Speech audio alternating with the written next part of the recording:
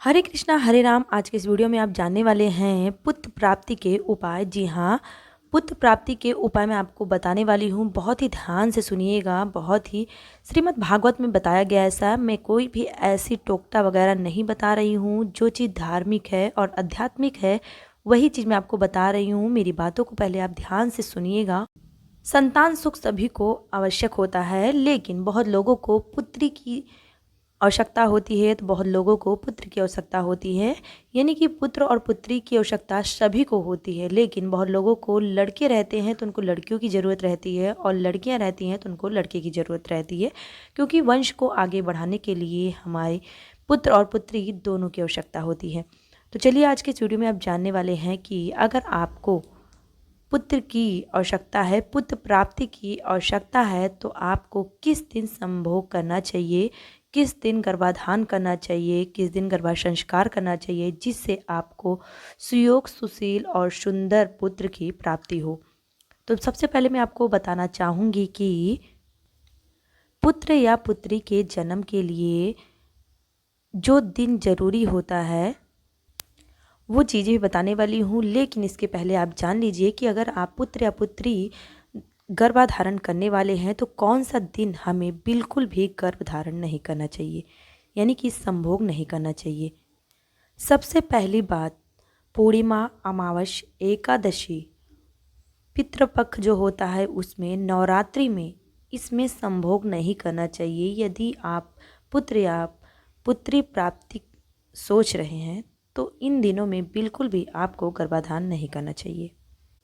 चलिए अब जान लेते हैं कि अगर आपको पुत्र की आवश्यकता है, पुत्र प्राप्ति की आवश्यकता है, आपको लड़कियां हैं, लड़की की ज़रूरत है, तो आपको किस दिन गर्भा संस्कार यानी कि संभोग करना चाहिए जिससे पुत्र प्राप्ति हो सके।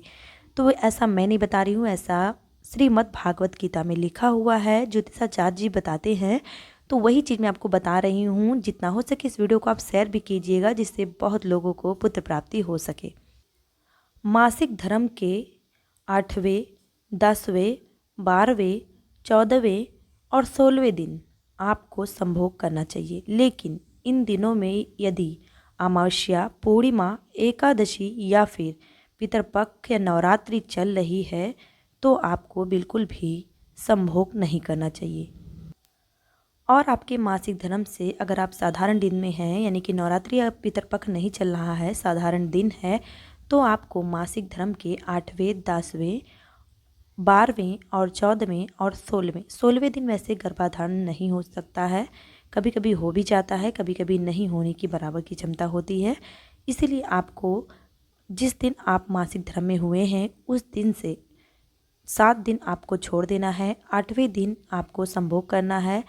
10वें दिन, 12वें दिन, 14वें दिन आपको करना है, यानी कि 2-2 दिन छोड़ के करना है। क्योंकि जो विषम संख्या वाली दिन होती है, जैसे कि 9, 11, 13, ये सब पुत्री धारण करने यानी कि पुत्री प्राप्ति के लिए होता है। यानी जिनको लड़कियां चाहिए और जिनको लड़के चाहिए उनको 8वें, 10वें, 12वें, 14वें और 16वें दिन, यानी कि इन दिनों में अमावस्या, पूर्णिमा नहीं पड़नी चाहिए, एकादशी भी नहीं पड़नी चाहिए। इस दिन वर्जित होता है। इस दिन जिनको भी पुत्र की प्राप्ति करनी है वो लोग ज़रूर ट्राई कीजिएगा। वीडियो अच्छी लगी तो वीडियो को एक लाइक ज़रूर कीजिएगा। कमेंट्स बॉक्स में राधे राधे लिखना बिल्कुल भी मत भूलिएगा। जितना हो सके वीडियो को शेयर करें। बहुत लोग की कामना है पूरी हो सके और इसका पुण्य हमें और आपको मिल सके। मिलेंगे फिर नेक्स्ट वीडियो में, तब तक के लिए राधे राधे, जय माता दी।